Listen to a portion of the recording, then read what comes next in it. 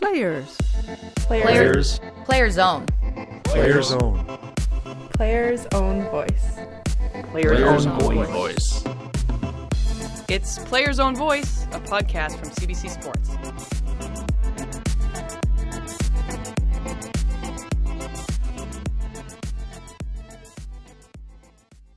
She is one of the only people on the planet to bring home gold medals from 4 consecutive Olympics. She was the captain of Team Canada, a 6-time world champion, and 6-time runner-up. Caroline Ouellette, frankly, has done everything that you can do in hockey. And in case you were planning to mess with the 6-footer, she also has a degree in criminology, so forget about it. She's a tough cookie. My name is Anastasia Bucsis. I was good on Olympic skates too, in my day, but I never had the mitts for hockey. Caro and her partner Julie Chu and their baby girl Liv invited me into their Montreal pied-à-terre for a chat. I need to work on my French. Let's roll Player's Own Voice, the Caro Ouellette edition.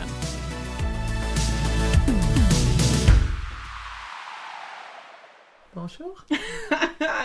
Parlez-vous français? Oui, beaucoup. Oh, ben oui. Okay, let's do it for our French listeners. How are you doing? I'm doing great.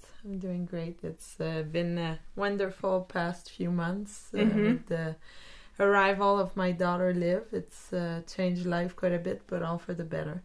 Oh my God, I love her. Like, you and Chewy both are like the happiest I think I've ever seen you. Yeah, honestly, people ask me if I missed not being at the Olympics this year, and for sure I miss my friends on the team, but I was totally fine not being there just because our baby brings so much joy and happiness in our life, and it's just an whole other type of achievement and challenge every day to try to be the best parents possible. So it's filled our heart with such happiness that it's eased the going away from hockey. So Chewy told me, I'm saying Chewy, Julie Chu, your fiance, of course, going back to 2018, you guys watched on the couch. First and foremost, I don't know how you do that. I don't know how Liv slept through it. I mean, I feel like I'd be on the edge of my seat, and I said I would have had a few drinks to calm my nerves. How did you get through that? Well, for sure, we were both really nervous. I mean, it's tough to want something very opposite, and I always say the only one not crying after the game was Liv, which is kind of funny to think about. I was very sad for my friends, for Team Canada, obviously, but it was one of the best women's hockey game ever. Good evening and welcome to the Gangneung Hockey Center in Pyeong Chang for the 20th anniversary game. 20 years ago, in Nagano, February 17th, 1998, the first ever, the inaugural Olympic women's gold medal final won by the Americans, and then 4 straight victories since by Canada.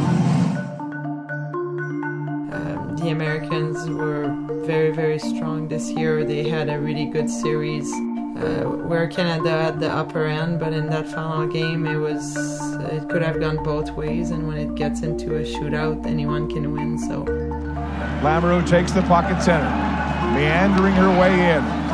Zabidos way out. Lamoureux fakes the shot, dinks and scores!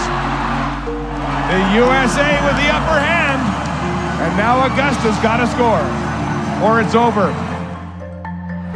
Winding her way in, she comes in, shoots, and is stopped! The United States wins gold for the first time in 20 years! It was very heartbreaking for my friends, for our country, but on the other end, Team USA deserved just as much to win. So it was I was relieved in a way to know that Julie could feel a little bit of happiness seeing her country win. How did you go to bed that evening? Yeah, the sleep wasn't the best, and even for her, I think she was very happy. But it's I think you in a way wish that you could have been part of it. So it's difficult emotions to go through, but in the end, I think it was great for her and for Team USA to be able to win gold. Marie-Philip obviously is a very good friend of yours. You were the captain of 2014. Pooh was the captain of 2018. How do you start that conversation?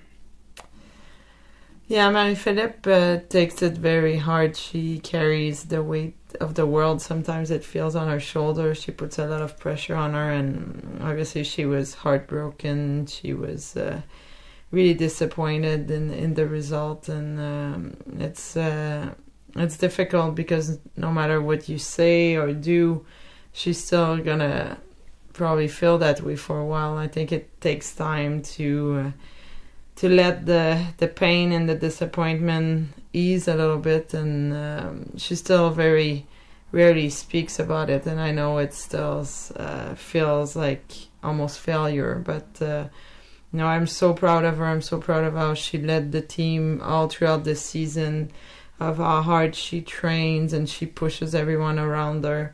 I think they had a great team. They had a great team chemistry. They were playing for one another. They came up short, unfortunately, but it wasn't for lack of great leadership, and I hope that eventually she'll be able to be proud of that performance.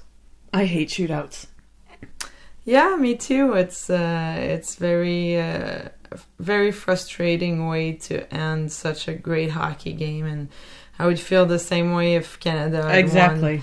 won. I've won some games in shootout, and I've lost some games, and so I know the disappointment. I know even the joy is not the same, because hockey, in my opinion, is a great team sport, and when it comes down to shootout, it becomes in the hands of only a few players and the goaltender, and anyone would tell you that they don't want to see a great and important game finished that way. So I hope that we can revisit the rules at the high HF level for men and women Olympic hockey, and that the players are given the opportunity to play longer. I think that if we even went down to 3-on-3 for a short period of time, that game would have ended sooner than later. And just having the feeling that a team game on the ice, a great passing play, ended up in a winning goal is the feeling that anyone and everyone want to experience.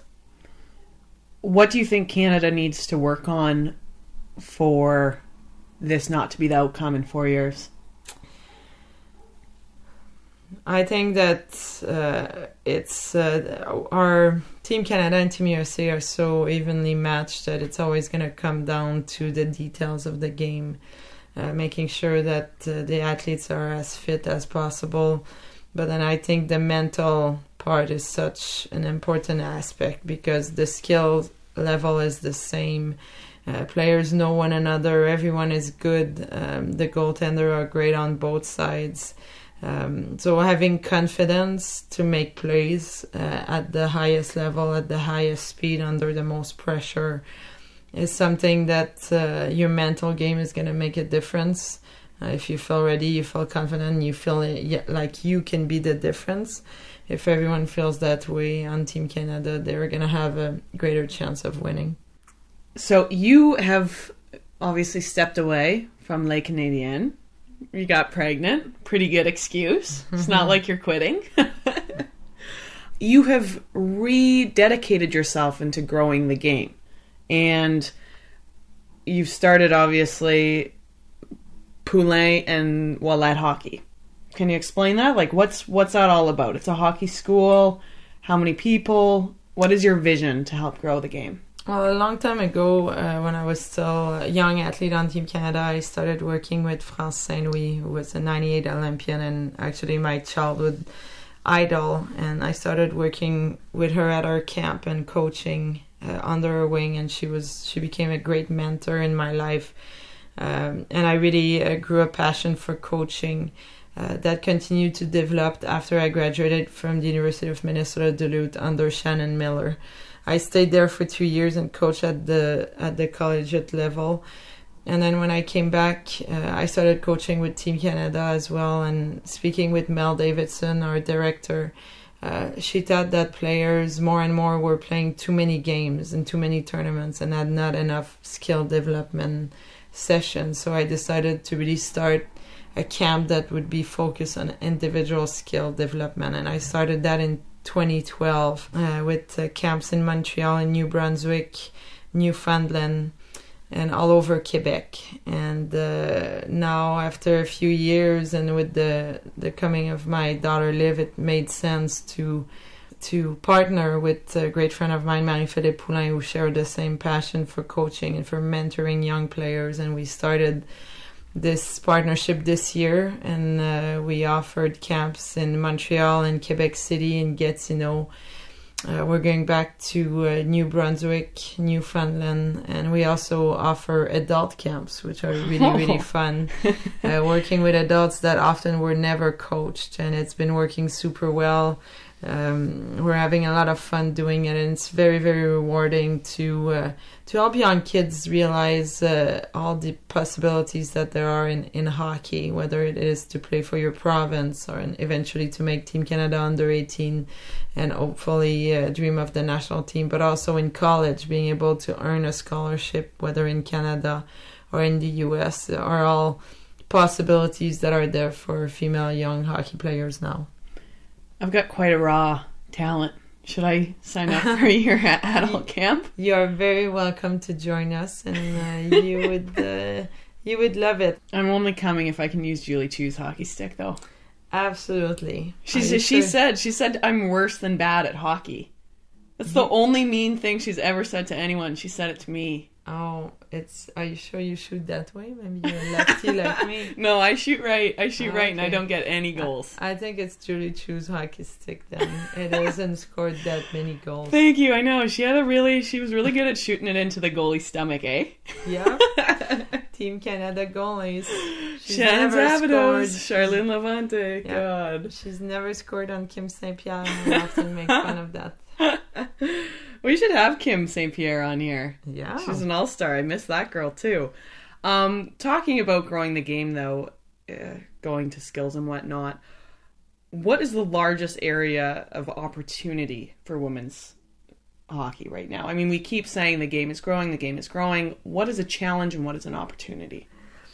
I think the greatest challenge is still to offer young girls the chance to try the sport for free and to have them put on the equipment and really have a great on-ice skill session with female coaches, with great role models, and then convincing the parents that their daughter want to play hockey. I think that it's still easier for young boys. They watch NHL hockey. It's always on TV. They know the path. The greatest path that you can make it to in hockey is playing in the NHL. For us, it's not as clear. You know, we need more games from the CWHL on TV, more Team Canada games. And when that happens, after every Olympic Games, there is a boost in interest for female hockey. I think for us as athletes, we have to be involved. We got to get involved in coaching and mentoring and in creating those opportunities for young girls. And for me, I want to help convince the parents that their daughter are going to get better by doing skills camps and development camps that they will be playing in tournaments during the summer. I think that when you can work on skating and on puck skills for 2 to 4 hours a day, that's how you're going to get so much better, and being able to learn from Olympians sharing their journey through sports. I think we can help build strong and confident young girls that are going to really develop and thrive through hockey.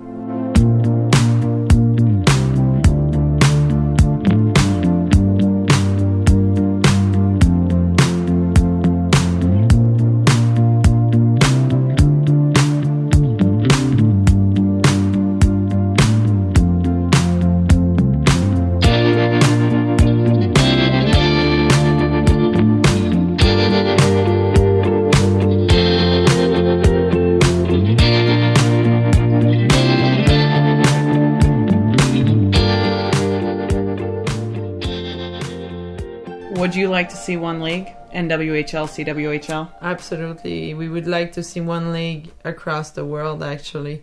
Having the best Swedes, Finns, Russian come over to North America and have our own NHL. That would be the ultimate dream.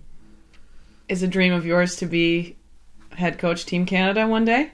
Yeah, I would love to get back into coaching and participate again at the Olympic Games. I think that would be a dream come true again. We'll see what happens with the new reality of having a little family.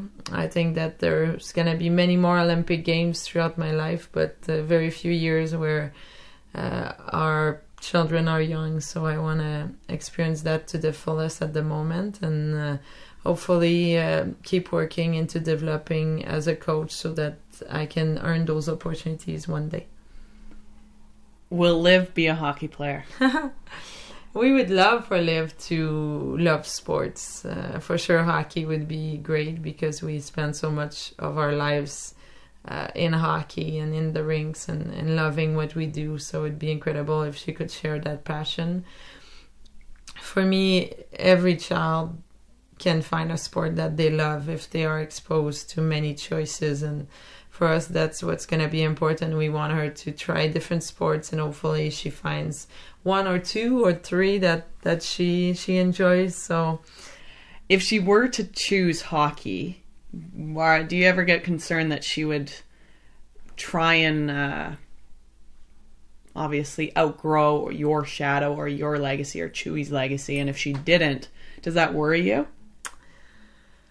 Well, for sure, I think that what we want to make sure is that if she would love hockey, is that she would have fun doing it. And I think that we will have to be careful as parents how intense we get, because we are very intense as individual with our hockey. But, any child that is not having fun in any given sport is not gonna stick with it. So for me, that would be the main component. Is I want her to get out of hockey with the biggest smile, or any sport that she's doing, and that's the most important thing. I want to see her happy no matter what she chooses to do. You have been very vocal about your passion and love for hockey. Did you ever fall out of love with hockey at any time? No, I don't think so. I was really an everyday player. I loved it when it was going well, and I still loved it when it wasn't going as well. I could have played on the national team all my life and be totally fine with dedicating myself with the amount of off-ice training and preparation that was into it. I loved every moment, and I still feel that way. Unfortunately, you can't play a sport all your life at the same level, and it's I'm glad that now I can find almost just as much joy in coaching than I did as a player. You're pretty intense on a road bike too, bud. I am. And that's part of finding other challenges and other ways of being competitive. I think that cycling has been a very good cross sport for me to stay in shape, and as I grew older as an athlete, and I still love to do that. I love to run. I was able to run in my first half marathon, and I loved every moment of it. Cheering, running, and hearing the cheers of the crowd is something that's very empowering and powerful, and it gives you kind of those goosebumps that you can feel when you're on the ice for an important goal. You're a hell of a cook too. Your homemade peanut butter cups, I'll never forget those. At my wedding, that's what I want. That's what can be my wedding gift, please. Okay. Julie Chu's hockey stick and your peanut butter cups. Yeah, we share a passion for cooking. We love. We wish we had someone to clean after, but we truly love to cook and to eat. We're big foodies. We love to try new things, and it's.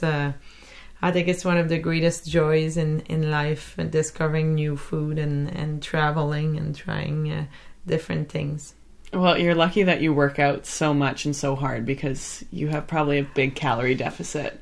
Yeah, that's been a bit more of a challenge, and that's probably the part that goes a bit out of the window when you become a parent, finding the time to work out and train at a high level like you were used to. But we know that it's gonna be rough for the first years in our children's life, and it's totally fine. I think you you have to be able to transition out of your high-achieving, high-performing athlete lifestyle that you were used to into more of a parenting training for fun and in a social way. Would you like to have more than one child? Yes, we would love to. We already have been talking about it. Someone told us recently the first child is for you, but the second child is for your first child. So second child is for Liv, so she can play with her or with him. And I love that. I think that it makes sense. My sister and I were 2 years apart, and I feel like we grew up playing with one another, and now we still have a great relationship because we're close in age. Look at me, I'm an only child and I didn't turn out so hot, so I would say get on it. Noted. She has, Liv and hopefully many more babies have two wonderful moms that are empowering and leaders and change this world for the better, and you've certainly changed my life for the better. I just really appreciate that you've taken the time to chit-chat, and I love you very much, Caro. We don't get to see each other enough, but thank you for being a friend. Thank you for being just good people. Thank you, Anastasia. That's my nickname, Anastasiang. Yes, amazing. I should really bring that out a little bit more. Caro and I recorded our rendezvous in Montreal. Players Own Voice podcast is a CBC Sports production. Before you go, just a reminder, if you are a fan of hockey or storytelling, then add the Hockey Night in Canada podcast to your list of must-listen-to podcasts. Rob Pizzo catches up with many of the colorful characters within the sport as they reminisce about the great moments and players of the game. It goes way beyond just the stats and scores.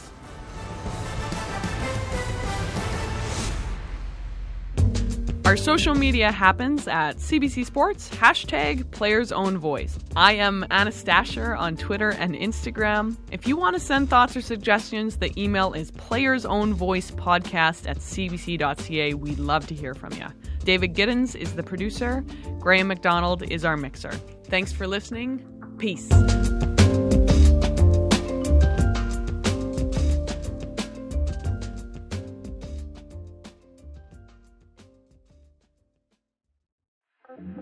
Love CBC podcasts? Help us make them better. Take our CBC Podcast listener survey now at cbc.ca/podcasts. The quick survey will help us improve your favorite CBC podcasts. cbc.ca/podcasts.